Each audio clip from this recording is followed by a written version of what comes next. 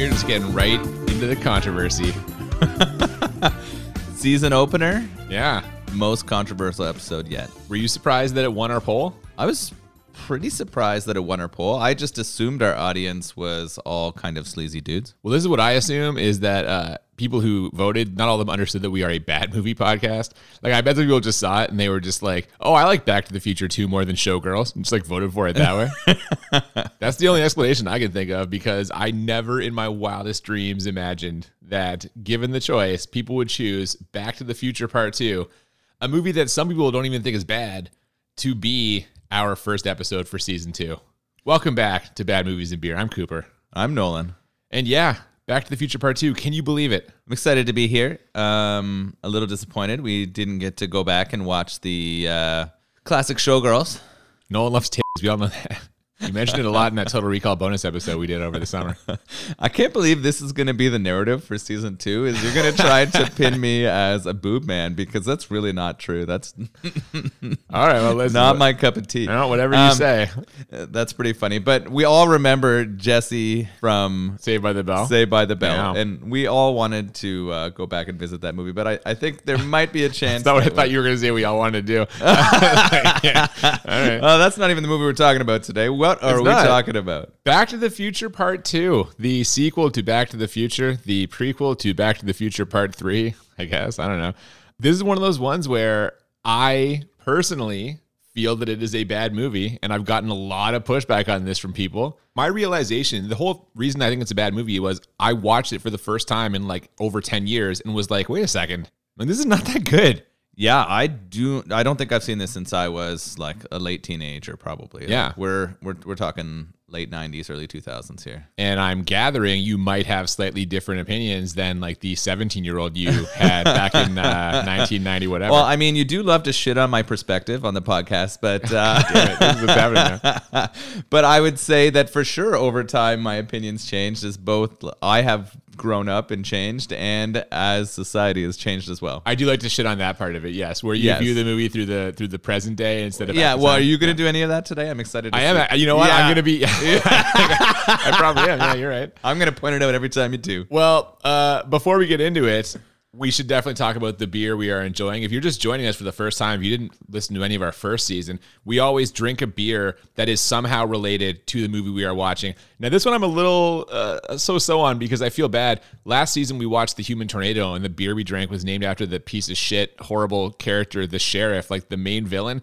We're kind of doing that again here today. But this one is a little better than that. This beer is called Biff, which, if you've ever seen any of the Back to the Future movies, know is sort of our antagonist in all of them. And he plays a pretty key role in both the way that this story plays out in number 2 and in sort of how it goes. So I think this is the biggest role, I would say. He's a linchpin in this whole plot. Yeah, he's required for sure. So I think this is a pretty strong connection, better than the other one we had for Human Tornado. This is kind of a fun can. It has a 50s style drive-in diner. And says Biff here. This is from Bandit Brewing in Toronto, Ontario. So I've been to Bandit. It's a pretty cool space. They put it in an old auto body shop. And they are two guys who quit their jobs and decided they wanted to create a brewery, and they took over this space. The actual space is a large outdoor kind of beer garden. It's inspired by some of the places in Germany. So they made it feel kind of like if you went to a German beer garden. And their focus is kind of on ales, IPAs in particular, Northeast style IPAs. They also love sours and some more sort of Brett style ales. So all stuff that really up my alley. So I've been to Bandit too, actually. I enjoyed it. Pretty nice space. Now, I'm not sure I'm going to enjoy this beer because this is, of course, an IPA. Yeah, it's double dry hopped. Yeah, oh yeah, which means it's going to have a nice hoppy kick. Yeah, not looking forward to that. But who knows? Perhaps by the time we're finished drinking these, I might have changed my tune.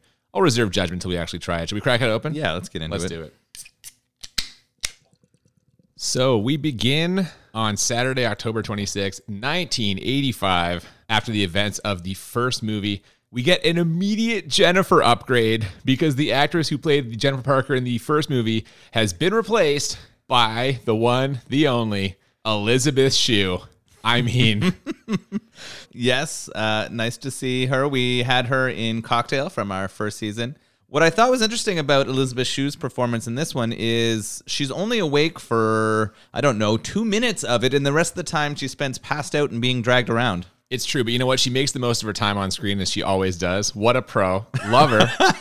They could not have upgraded more, in my opinion. Oh, my goodness. If we had a Cooper's sort of actress Hall of Fame, would she be on there? Is she on the Mount It's not just me. Everyone loves Elizabeth Shue. Okay. Everyone. Suddenly, Doc Brown shows up, and this is just the end of the first movie. They've got to go to the future because there's a problem with their kids. Now, as the car takes off, Loser Biff, as I'm calling him, the 1995 rewritten version, who now is very humble and lowly and kind of a doofus, happens to see the car take off, and that is going to set all of this in motion. I called him Grumpy Aged Biff. A lot of times they're putting some age makeup on our Biff character, and they do it extremely poorly. Yeah, that's especially true of old Biff that we're going to encounter very soon in the future. Speaking of the future, the car emerges on some sort of sky highway in the year 2015. It's safe to say that humanity hasn't quite reached the lofty goals set by sci-fi movies in the 80s if 2015 was supposed to be a time of flying cars and all the other stuff we're about to see. It is really funny recording this in 2021. We are 6 years past where they're supposed to be in this movie, or almost at that time. And we haven't met most of those lofty ideals. And this sort of adds to that perspective where it seems probably way worse now that we're here and we're not even close to some of that stuff. Oh, I hadn't thought about that, but that is probably true. Yeah, we had a throwback to the original score soundtrack as they were sort of traveling through time, which was kind of nice. It made me remember the nice things I like about Back to the Future. The music definitely plays a prominent part in people thinking this movie is not shitty. Alan Silvester's kind of holding it together for the movie production. He's carrying a lot of water, as they say. Yes. The future's a strange place for sure. Jennifer has lots of questions about it. Too many questions, in fact. So as you mentioned, Doc Brown just knocks her out. How dare he? He uses some kind of, he says it's fine, but it's going to wipe her memory. But apparently it needs quite a bit of time to charge, we find out later. Now, there's no time to really dwell on that, though, because Marty McFly has to intercept his son and stop him from taking part in something that will get him and his daughter actually arrested. So we're right into the plot here. Yeah, it happens pretty quickly. We very quickly get some product placement. We have this really cool Nike bag and some shoes that self-lace up. We also have a jacket that is huge on our star, but it sort of shrinks to fit him, which is pretty cool. Michael J. Fox. We're also going to get a bunch of Pepsi ads. I can tell really clearly that they're using the success of the first movie to cash in on some good spots from some of their sponsors, right? They're helping to pay for some of this movie through all of this product placement. Oh, tons of product placement. Marty McFly gets temporarily distracted by some of these things, as well as other parts of the future landscape, including a holographic ad for Jaws 19. This time it's really, really personal. This hologram looks like shit. Come on. I mean, I thought this was funny. Going back to our Jaws the Revenge episode, I thought of that too, yeah. I thought we could have sort of predicted this happening. But no, we haven't got that many Jaws movies, and that's a little bit sad. We also get some oil company placement and some other stuff popping up too. And Pepsi, of course. When he finally enters this diner, he immediately orders a Pepsi. This is where he meets a very old Biff Tannen and actually his grandson, Griff. He also learns a couple of things about himself and his own future. Apparently, his son is a complete wimp, or as the lady member of Griff's gang puts it, "What's wrong, McFly? You got no scrope?" Which, I mean, he chuckled a little bit.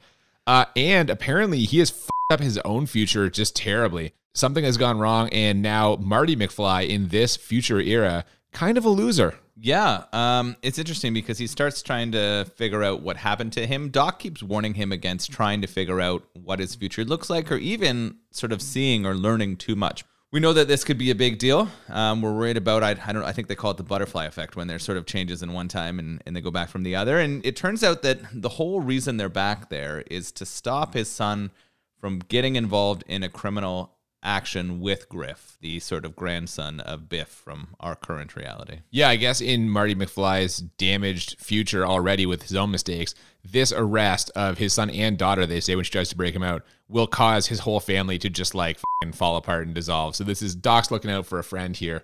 Which, I don't know how I feel about that. Borderline irresponsible. How you change the future. If that was what was supposed to happen, that's what was supposed to happen. How are you going to change it because the guy's a friend of yours? Well, this is interesting, too, because not too far into this movie, Doc realizes, or he sort of says, we need to destroy this thing, right? We need to get rid of this time machine because there's just too much risk with going back.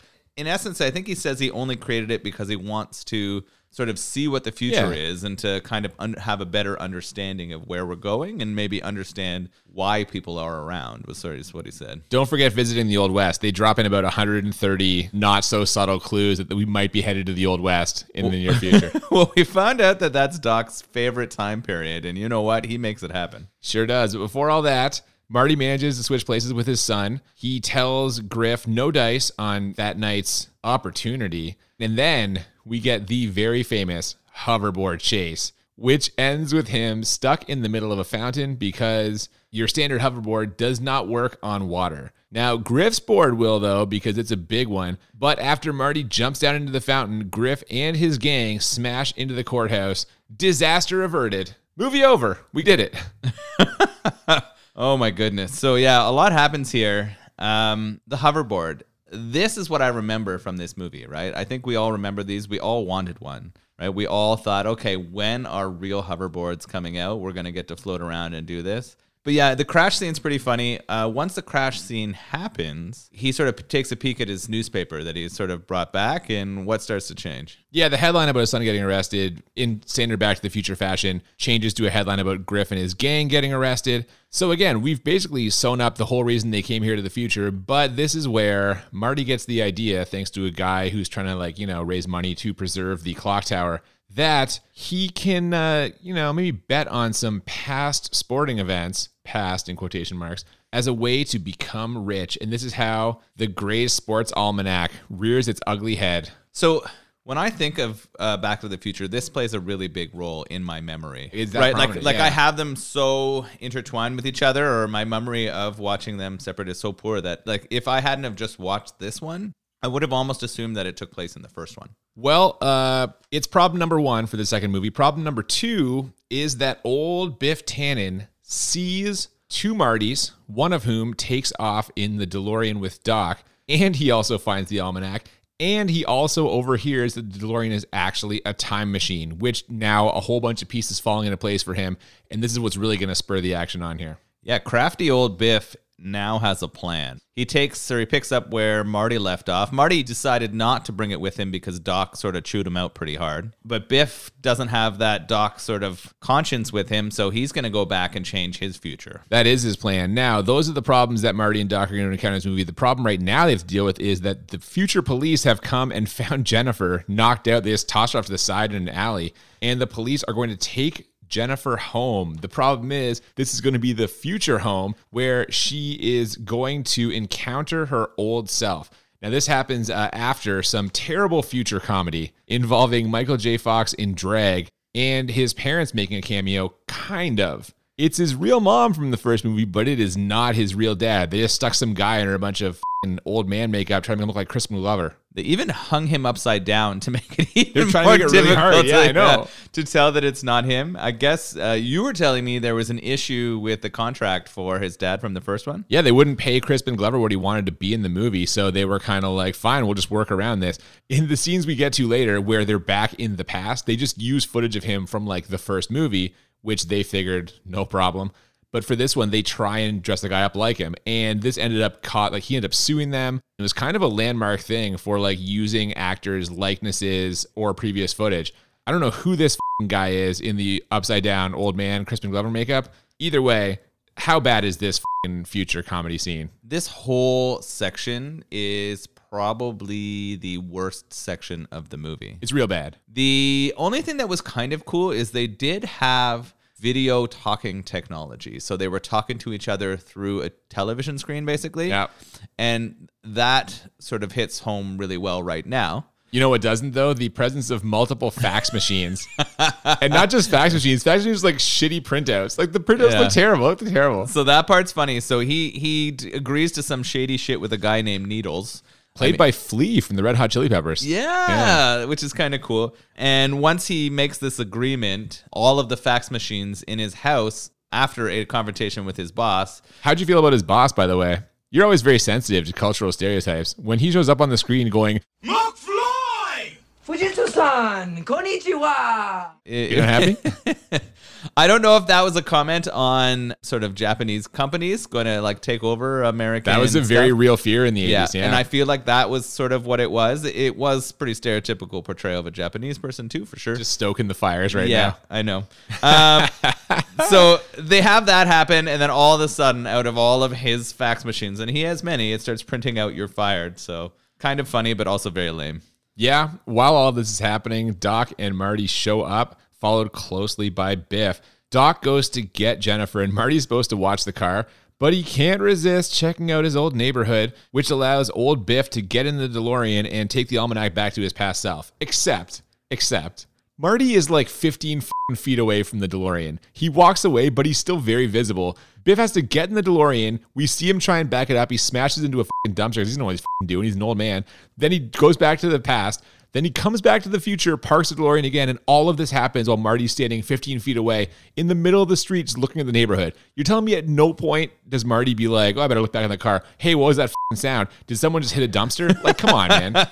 So what we learned watching this movie is that the characters have absolutely no senses. Like they can't see, they can't hear, they can't feel, they can't touch, because this is the first really noticeable point where people have missed something so obvious. It's incredible. Yeah. Right. And he misses. Biff goes back in time and then makes it back to the future while Marty's off roaming his neighborhood, which is now like destroyed and dilapidated. It's not great. They mention it's kind of one of the lower rent neighborhoods in the future. It's about to get a whole lot worse, though, because unaware that Biff has f***ed everything up, Marty and Doc head back to 1985. Now, these changes aren't immediately apparent, although they should be after like 2 minutes of driving. So they leave poor Jennifer on this porch where, like, God knows what's going to happen to her now because the whole neighborhood's a But as soon as they drive around the corner, they should have been like, wait, this is weird. Like, how did they not catch this sooner? Yeah, it's really interesting. So what we've learned coming back, or what's really obvious to the audience, but not the characters yet, is that Biff going back in time and giving himself that almanac has really changed what 1985 looks like. They drop Elizabeth Shue off, passed out again, onto a couch. This is the main part of her role in this movie, is just laying somewhere passed out. That's the last time we see her. Yeah. So she was not in this very much. I think, is that the thing that detracts from this movie the most for you? Was the opportunity to have young Elizabeth Shue and her not to be there. So they should have noticed it. They should have noticed, or he does notice that the windows are barred, but he doesn't really take it into effect as they head back. What happens when he goes back to his old house? Well, it's not his house anymore. There's a black family living there, and he sneaks in like the room that was his room. Now it's this daughter's room. The dad comes in. He's understandably hot about it. Chases him around with just some terrible baseball bat swings, trying to like hit him without really hitting him. You know what I'm saying? Yeah, it's a calamity scene.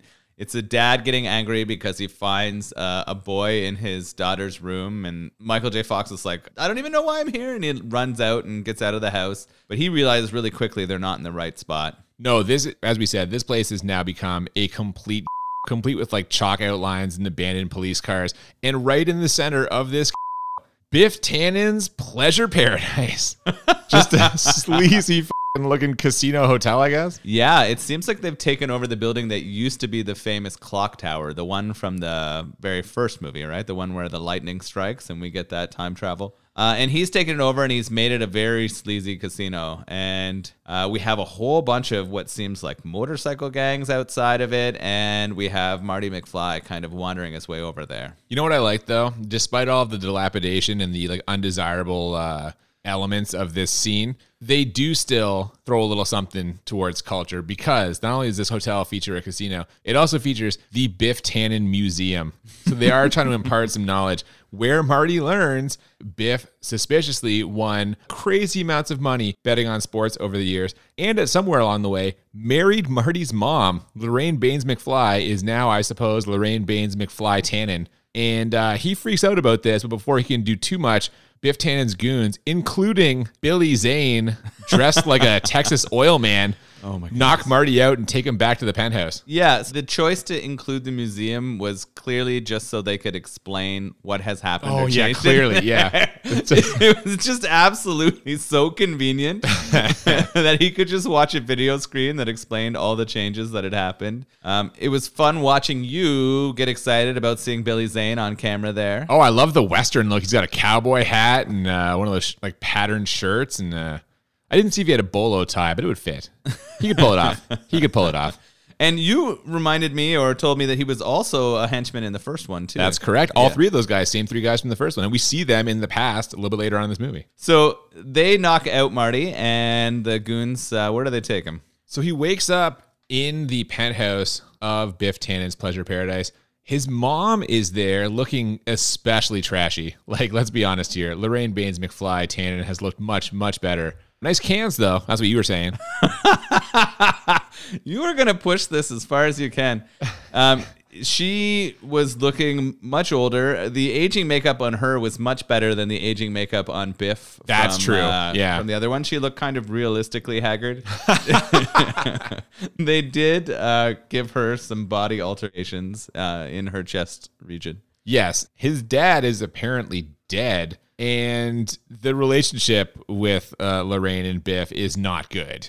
Like, he starts pushing her around almost immediately. And my question at this point when we're watching this is, where the is Doc Brown? Like, how long does it take him to realize that they're in a up dystopian future? He's not out here looking for Marty. He's just doing his own thing. What the Well, we know that Doc kind of just lives in a disheveled barn, right? So it might take him a while to get back to his barn and decide that shit's gone wrong in there. No, but we see later on where he lives, and it's all up. Yeah, it's true. And he was probably trying to like calculate all of the ways that this happened and how to fix it. It takes a while when you're like a evil genius scientist guy to figure this out. Evil? I mean, genius scientist guy. I don't know. Hot take there.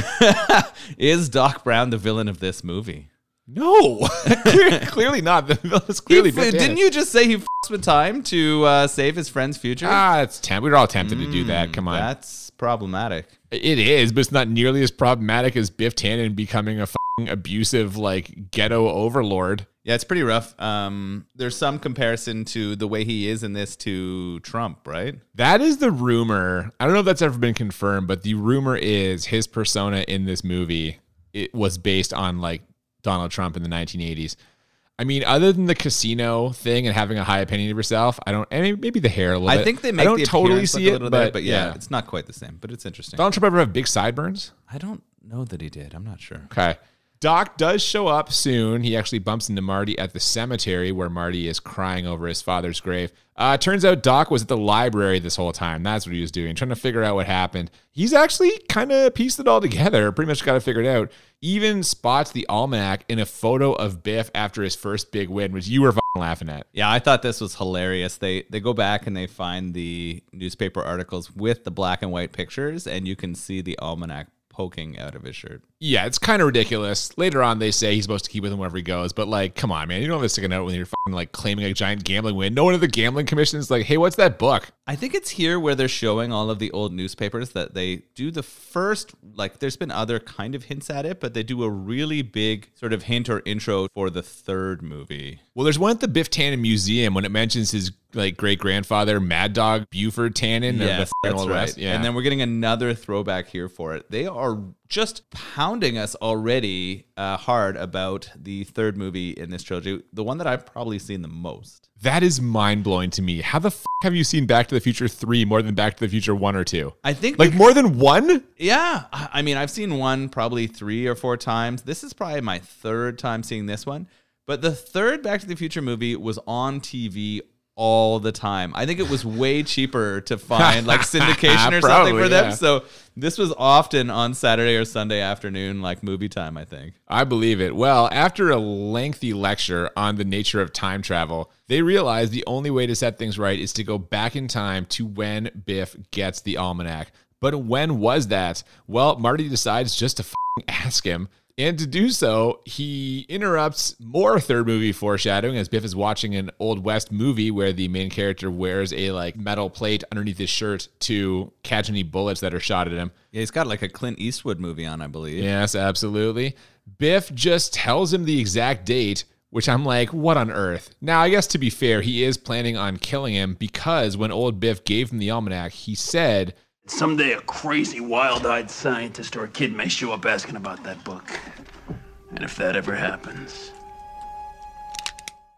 But still, he's kind of giving it away here, don't you think? It would have been easier to stay quiet, but I think Biff is the kind of guy who likes to kind of brag about his accomplishments, and he likes telling the story here to Marty. Now, he kind of thinks Marty is still his like stepson in a way. I'm not sure. He hasn't really figured out that there's two of them at this point. Oh, Marty tips his hand a little bit, though, because Biff's talking about his car. Now he smashed it up in a drag race, and Marty's like, didn't you crash into a manure truck? And he's like, how do you know about that? So I think he's probably got some He should suspicions. have a little bit of suspicion, yeah. So maybe he senses it. So he pulls a gun on him and tries to kill him. Yeah, we get a little chase scene here. Biff and his goons trying to catch Marty. I mean, they can't hit him for shit. Like, Biff shoots him about 17 times. Can't hit the guy at all. In the course of this, he also reveals that he's the one who killed Marty's dad. Marty is understandably upset about this, but he escapes by jumping off the roof of the pleasure paradise onto the DeLorean, and they need to head back to 1955. Marty's like, hey, what about Jennifer, Doc? Which is a nice thought. But at this point, like, she's almost certainly dead, right?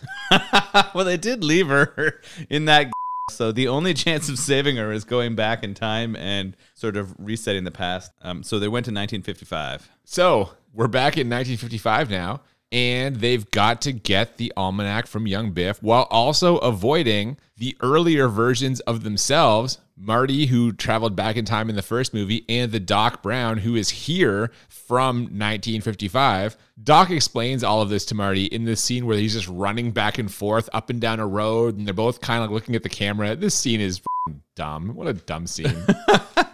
This is interesting because they are heading back to a time where they have already went back in time to. And we're going to have Marty 1, Marty 2. We're going to have Doc 1 and Doc 2 because it's going to get real confusing. Yeah, it does. Right? As we try to go through here, we know that there's some increased issues with butterfly effect now because you're going to get like a future self kind of connection thing. So it's really kind of weird.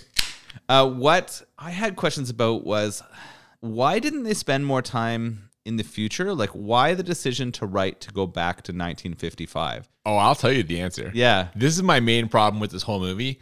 This movie is a bullshit novelty. They just wanted to show off the fucking technology of having two Marty McFlys in the same place at the same time, which now that's super easy to do because of CG. Back then, it was new and people were like, this is incredible. How are they doing this? He's in the scenes with himself. There's two Michael J. Foxes. Oh, he's sneaking out of the car and he's also in the window of the car. And people were like fucking mind blown. But now it's super easy and we've seen it a million times. So now that we've seen it a bunch of times and the novelty is gone, now all the problems with the plot and the fucking bullshit and the nonsense is a lot more visible because we aren't so impressed they had two Marty McFlys in the same place. It was just to show off the fucking like technology. They had the ability to do this and they're like, this will be cool. Let's make it happen. It's so non-novel now that I didn't even like... It didn't even jar me. Like, I didn't even care that they were beside each other. There wasn't even, like, a moment. But picture yourself in 1989. That's the first time you're seeing that shit. It's mind-blowing. This is why everyone thinks it's a good movie, and it's not. So is that the whole point of this movie, then, is to use that technology, and then they tried to write a script around making that happen? I mean, the whole point of this movie is let's cash in on the fucking success of the first one. They're trying to make money. But I do think, like, the hook for this was, what if we can put him back there? What if we can recreate it, and we can have him in one place, but also in a different place? Okay, that's interesting. And I went even simpler. I just thought it would have been cheaper for them to just replay those scenes again. Like, just take those chunks. They lost the one actor, and they're like, okay, let's just replay as many as we can, and it becomes less expensive. But that's a really good explanation. I like that you've pulled we want to compare them together thing, because I guess that was cool at the time. And they do use a lot of the same old footage from the first one, right? Like, they replay a lot of the footage. Anyway, we're back there now. Marty finds Biff and trails him as he goes to pick up his car. Old Biff is there as well, and this is where I kind of noticed that his old man makeup was just fucking terrible. Now, Marty, at some point, gets in the back of Biff's car. How the does old Biff not notice this? Old Biff is there watching young Biff and watching the car, but he doesn't see Marty get in, stick his head out a million times. Like, it makes no sense. We already talked about the fact that the characters in this movie have zero senses, right? They can't hear, they can't see, they can't smell, they can't taste. Like, it just doesn't happen. Because I'm pretty sure that Marty McFly is close enough that old man Biff could like even taste him, right? It's just yeah, man. We see more of this in a second because he's in the backseat again when old Biff and young Biff are driving around in the car talking to each other, and he's literally moving around in the backseat, sticking his head up. I've been in the front seat of a lot of cars. If something's moving in the backseat, you're gonna sense it. You're gonna turn around and let's see what it is. Like they don't even flinch. He's just there. No one's using the rear view mirror. I don't know if there were side mirrors on this car. I didn't get a good look at it, but like there's no chance that he would go undetected. Like literally inches away from them in that car. Yeah, it's pretty funny comedy in a way because he's wearing, Michael J. Fox or Marty is wearing almost like a Indiana Jones style costume. He's kind of got the detective hat on and a leather jacket on, and he keeps popping up to kind of investigate. And there is, you're right, absolutely no chance that he wouldn't be discovered immediately. But they let this happen, or this thing plays out at least a dozen times in the next little bit of the movie. Oh, I know. Marty witnesses the exchange here, but he gets locked in Biff's garage. When Biff heads out to go to the big dance, though, they're kind of back into action. And yeah, we spend the next like 30 minutes trying to ignore the fact that everyone should be able to spot them. From Marty talking to Doc on a walkie-talkie in the backseat of Biff's car while he's driving it, to the Doc meeting himself, being 2 feet away from him, and having the exact same voice, but somehow they have a conversation and 1955 Doc doesn't like realize, hey, you have the exact same voice as me. Also, your face is the same as mine. God damn it, man. Well, I mean, the second Doc number 2, keeps his shoulder and body kind of turned. So maybe they can't quite work it out. No, it's absurd. It's just it's ridiculous. Yeah, it's ridiculous. They have a conversation. Doc 1 makes a mistake about the wrench size he needs, and Doc 2 sort of corrects him and hands him the correct wrench. Well, that's the other part. Yeah, he's got all the answers. Also, he's like, hey, you did some weather experiment. The guy's like, how'd you know? He's like, oh, I've done a few of those myself. No big deal. He's like, oh, don't worry, it's going to rain later for sure. Like, come on, man. And then he's like, okay, maybe I'll see you sometime in the future. And then Doc says, or in the past. God damn it. Like, okay. And also, okay, let's imagine that you're 1955 Doc. If you were involved in like a high stakes, somewhat sketchy thing, aren't you going to have like a heightened awareness of who's around you and like what's going on? And if someone shows up who seemingly has all the answers to your questions in this time of like great mystery and suspense, aren't you going to find that even more suspicious? So here's the answer to the whole thing. 1955 Doc knew that there would be risks with future Doc coming back and talking to him. So the only way that he can prevent some disastrous butterfly effect from happening is to be willfully dumb to the situation. Disagree completely, and here's why. At the end of this, we're jumping ahead here, spoilers, when future Marty shows up, past Doc is like fucking mortified and super rattled that Marty, who he just sent back to the future, is suddenly there still. So he has no idea that there could be he's only rattled things. Because he just sent a Marty to the future. He didn't just send a Doc to the future and then have him come back. So he thinks Marty McFly is some unique temporal snowflake that can stop it. I think he thinks the sending Marty to the future fucked up in some way, and that's why he was upset and worried. I will say, Marty does manage to avoid Marty 1 at the dance, but school principal Mr. Strickland gets the almanac from Biff, we think, which Marty sees, so he has to break into his office. And when he does, he realizes that Biff actually swapped out the almanac with a 1950s porno mag. Ooh la la. So this scene in the principal's office is another one of those scenes where we have to accept that people have zero senses. Yeah. You have Marty kind of sneaking around the principal's desk, pocketing his head up. He even gets his hand caught in between the principal's chair and the desk and doesn't get discovered. That's the part I have a problem with. How's the principal not going to be like, that didn't feel like my chair hitting my desk. That felt like my chair hitting someone's fleshy hand. The way I would explain it is he was drinking hard liquor out of his desk, and sometimes our judgment can be a little bit different when we've been drinking that much, as we sometimes figure out in this podcast. What an educator. That's definitely an old school educator move. That's one of those ones that would get you fired, I think, in this day and age. Well, that when he two-hand shoves Biff Tannen. He's not coming back from that. That's true. At this point, they've got to find Biff fast. Luckily, he's about to be knocked out by George McFly in what is one of the big scenes from the first movie. So Marty just waits till that happens, then plucks it from his unconscious body and escapes into the dance. Although one onlooker was very concerned that he had stolen Biff's wallet. I think he took your wallet. I think he took his wallet. Just a random character. This is kind of fun writing, right? Where you throw in those side jokes. Yeah, man. Where I just like when a character, and they do it a couple of times in this, sort of throw the joke to themselves or the audience. Yeah. Right? They kind of do that, sort of pay homage. They try to tell the other characters, and when they get ignored, they will say it to the audience, and it's always a good laugh. I think it happens a couple of times in here. Definitely. I really enjoy that part. It's one of my favorite parts. Once he's in the dance, he witnesses his parents' big kiss and also himself playing Johnny Be Good. Now, the problem is Biff's goons are after him. Well, the past him. So he has to find a way to take them out to prevent a time paradox, because if past him, Marty 1, can't get to Doc in time, he'll never escape the past, which will destroy pretty much everything. Yeah, everything will be ruined. So Yep. he's gotta figure out a way to do this. He notices that they are sort of waiting at the side of the stage to mess up Marty 1. Well, it's shocking how simple this all is, as it turns out. He kind of just climbs up there like onto not on a catwalk, but like above the stage, and just drops some sandbags on them. And I was like, oh my God, I hope Billy Zane is okay.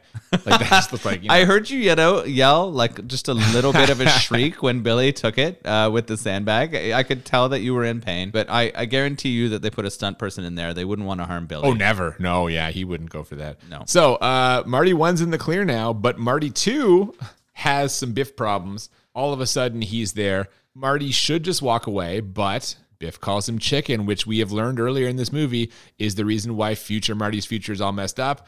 It's what causes him to get fired from his job. He can't ever walk away when someone calls him chicken. You were just groaning about this when we watched it. It's so annoying. It's so annoying. And it also makes me try to think back to number 1. Is the ending of number 1 where he's almost in like a street race chicken kind of situation with Biff? Are you thinking of the end of this movie? No, I am thinking of the end of the first one, and they're sort of back in the future, and they have a bit of a sort of chicken race. But I thought at the last minute, Marty pulls out of it. He decides that it's not worth it, and he lets Biff do something really stupid.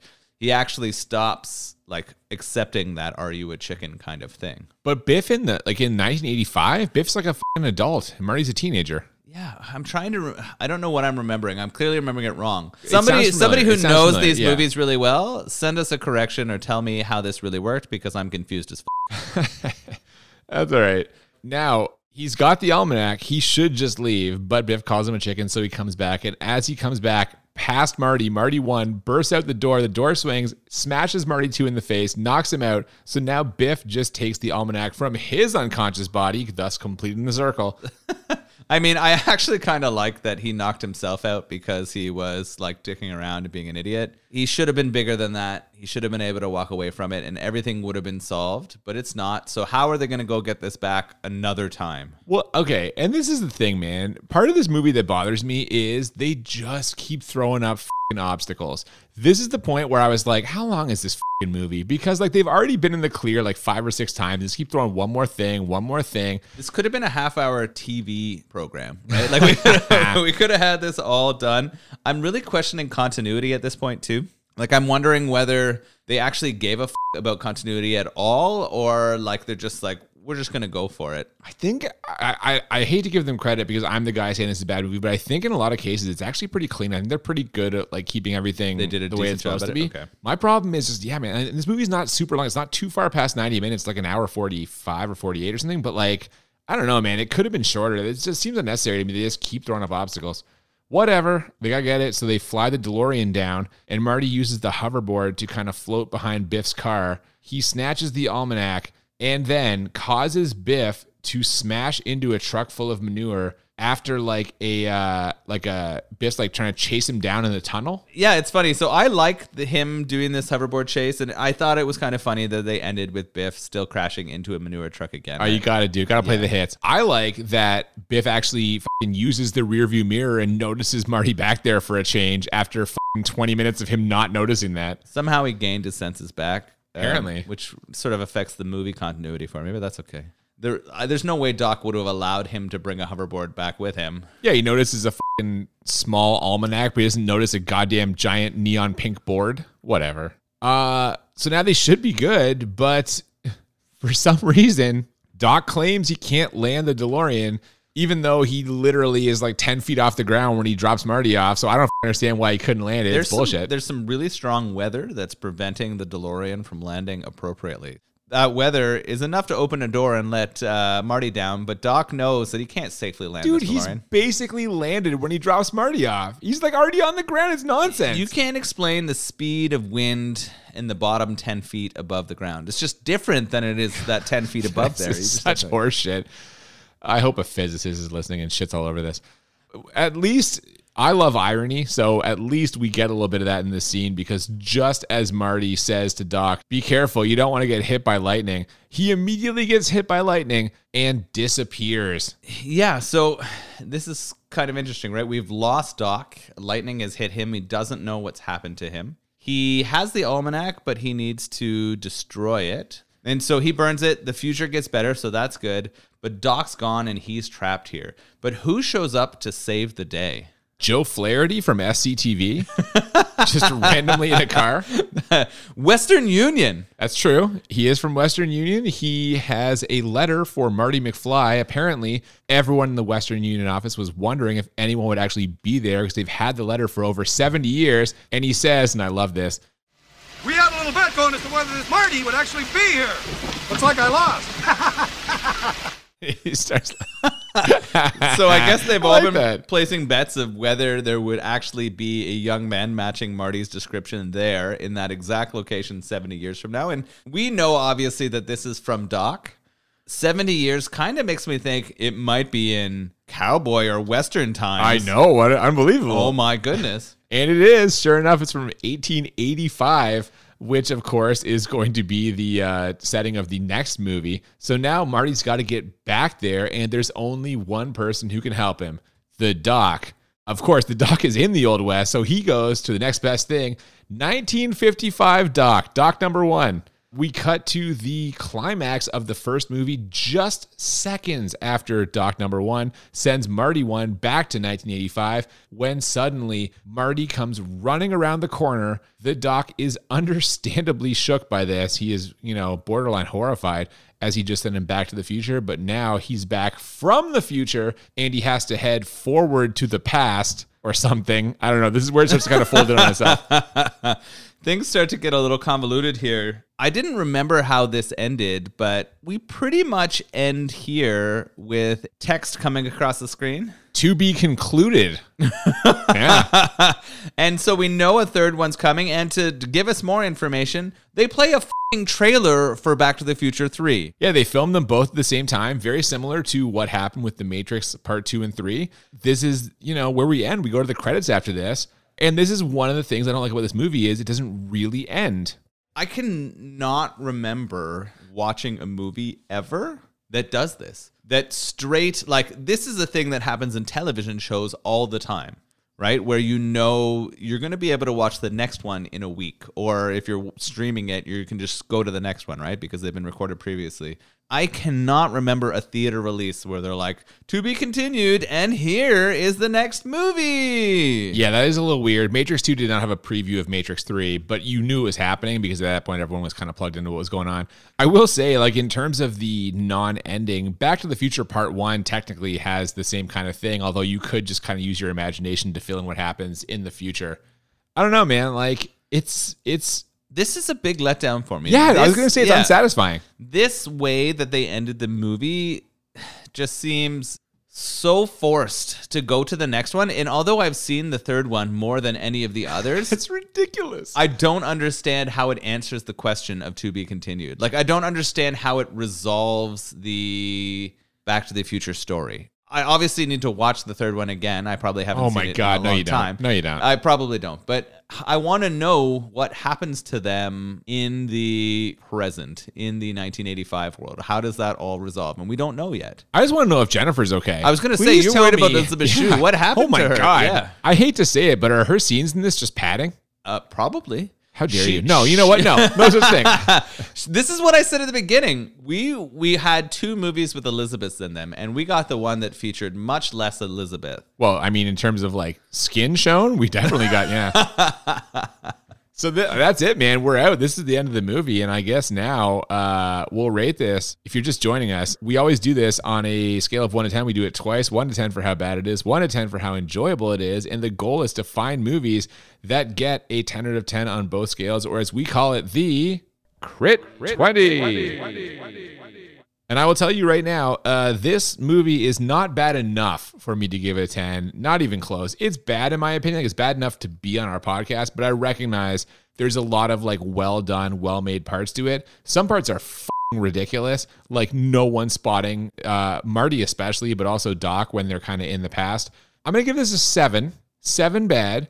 I do think that I am viewing it a little bit through the lens of today. It's not the movie's fault that CG is a thing and it's easy to put two people in the same place now. At the time, it was mind-blowing, but I can't ignore several just like glaring instances where this whole thing should have been blown up. The whole Crispin Glover thing also, kind of not cool. I don't like that they just replaced George McFly with stock footage and another guy made it look like him. So overall, I'm going to give it a 7 because this whole thing should have been detected multiple times. It's ridiculous. What do you say? Coming in, I wasn't expected to give it a bad rating. I actually thought I was going to be on Team Back to the Future. I thought this was going to be Cooper v. Nolan, like old school 50s boxing gloves, hands up in the air. Like for The Last Dragon? Yeah, exactly. It's a kid's movie, you asshole. You wish. And watching it again, I was supremely disappointed. There it is. That was my take. That was how I felt when I watched it for the first time in a long time. Just so disappointed. There were, of course, things that I remembered fondly and were still fun. I liked the kind of future they painted, despite it being so off the mark. In many ways, I'm still angry that we don't have those hoverboards and flying cars. Can't stop talking about it. That they use fax machines still, which is pretty funny. The parts where they were at home and he was playing his daughter and there was that other stuff that really didn't play very well for me. I don't know. I really struggled with this movie too. And I wrote it down as an 8 bad. Oh my goodness. You have it more bad than me. That's delicious. And you know what I think really impacts that is how much this was a pimping out of the first one. Like just throwbacks for the sake of being like, remember how good the first movie was? Yeah. And then it was a crazy advertisement for the third one. Yeah. It ended with a fucking long trailer of what was to come. Are you kidding me? Who does that in a theatrical release? They just want your cash, Noel. They That's just want your cash. That's what it feels like. Yeah. They are just trying to touch me in the right places so I will pay them, but that is not how I roll. No, I love it. Higher, a worse rating than me. Good stuff. And so, yeah, I'm sorry, Back to the Future fans. Back to the Future 2 is shit. You should apologize to the official Back to the Future Twitter account. We didn't mention this at the beginning, but when we put the poll up, they were not happy with us. They mentioned we were wrong, but I noticed that they put an image from the third movie, which is superior now in my mind to number 2. Oh, no. You need to walk that back right now. No, that's not true. I'm staying with this story. I think number 2 is the worst Back to the Future. This is the hottest of takes. Even I, the man who thinks that 2 is bad, is not going to sit here and say that 2 is worse than 3. 3 is terrible. 3 is a Western delight. I am down for number 3. The only good thing about number 3 is the ZZ Top cameo. That's about it. Okay, I love the scalding hot take. I love that you came in higher than me on this. How enjoyable for you on a scale of 1 to 10? This is, I mean, we always go here, but this is harder for me. You say it all the time. I do. Check every first season episode. You say it like every single first season episode. I'm not going to make any promises. I'm going to try in the second season not to say this. Yeah, you said that about halfway through the first season, and here we are. But then I still do it. I still enjoyed it.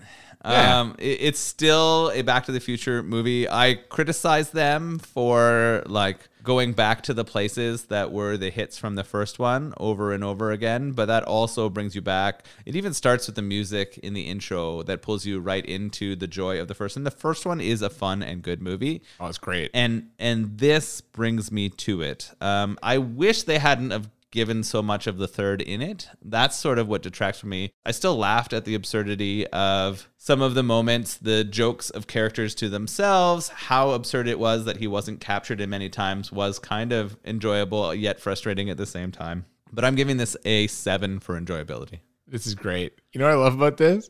All the heat from this is going to go on you now. Because you have it as a worse movie than me. Yeah. You also have it as a less fun movie. Oh, no. I have this as an 8.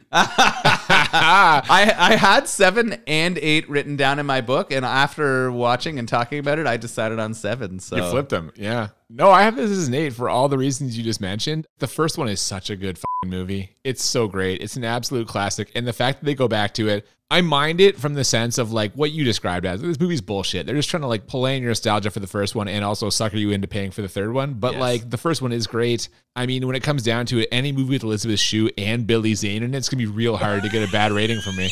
I love how you got an erection from 2 characters that have like a total of 5 minutes screen time. I want to be clear. There were no erections for me in this movie. You, when Lorraine Baines McFly Tannen's popping off her fucking artificial tits, you were just all on board. But no, it's you like the characters. The music's great. It's hard not to enjoy this. My only problem with it, besides the ridiculous nature of how they weren't caught, is it's too long. It's too many obstacles.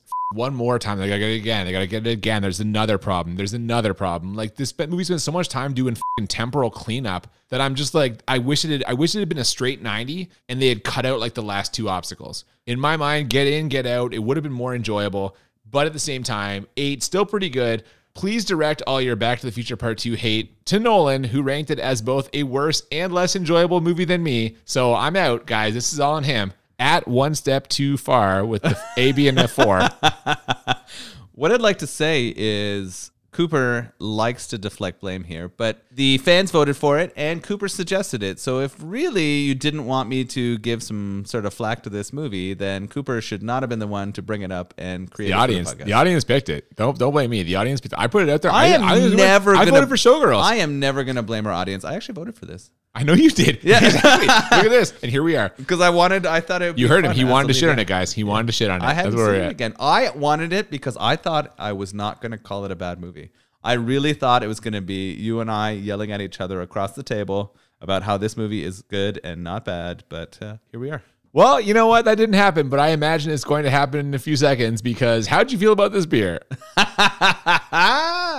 Oh, you mean you didn't love this double dry hopped IPA? Am I starting for this one? Am I going to go first? Yeah, I hated it. Listen, you know what? Nothing against Bandit. I enjoyed my time there, but a double dry hopped IPA is just not what I'm in the market for. It tastes like many other double dry hopped IPAs I've had, which means IPA lovers will probably enjoy it. But since I am not one of those, this one was a struggle, and I cannot wait for next week's beer, which I know will be something different that I will enjoy more. I thought you were changing. I thought you were becoming an IPA drinker. But what this tells me and what our first episode tells me is that you're not ready to enjoy the hops in your mouth. You're just not a man for the hops yet. You know what's not helping is you constantly talking about hops in people's mouths. That's not making me like it more. So this is a delicious, very hop forward, sort of frothy mouthfeel IPA, and it's great. Bandit puts together some excellent IPAs, and if you're an IPA person, unlike Cooper, you will love what they're bringing to the table. And the fact that they have so many different varieties makes it a great way to try some similar yet subtly different IPAs. So yeah, I didn't mean to interrupt you, but do they release the same thing more than once? I see looking at their website, they always have like new stuff. It's always new beers, and like, are they ever going to bring this one back? Because it's probably gone now. Good question. So I was on there very recently, just taking a peek as I was looking up their history and some of the beers that they have on offer, and I recognized some of them. So I think they might have sort of a small group of beers that they offer all the time, but I think you're right. I think they change what they're offering very frequently. They don't have a big production facility, and so I think they're constantly producing different yet kind of similar tasting things. So I definitely think that there's a Bandit style, but I think that they do alter them by changing the hops and sort of the process as they go through. So if you're in the Toronto, Ontario, Canada area and you have a chance, I mean, you can,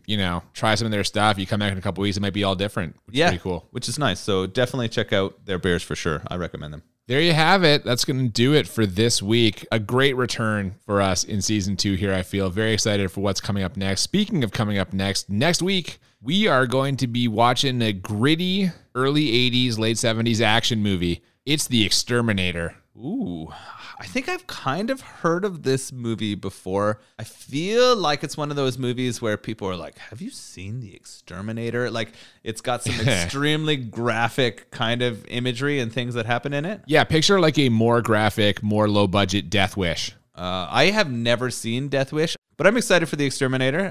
We'll do that one next week. It's been really fun coming back again. I know we've had a bit of a layover here. We had that fun Total Recall That's a good one. midway episode. That was fun, but I'm excited to get back and to continue with our Bad Movies and Beer podcast. Same here. So if you haven't already, please follow us on Twitter and Instagram at the BMB Podcast. If you have any suggestions, feel free to slide into the DMs of those. We try to sort of pick movies and beers that people have thrown out there that we should watch. That's something that's really fun for us. You can also send us suggestions at thebmbpodcast@gmail.com. Yeah, and brand new for this season, we also have started putting our podcast up on YouTube. Started with the first season. We'll have these episodes up soon. But that's going to do it for this week. I'm Cooper. And I'm Nolan. And we'll see you next time on Bad Movies and Beer. Keep it foxy. Getting back was only the beginning.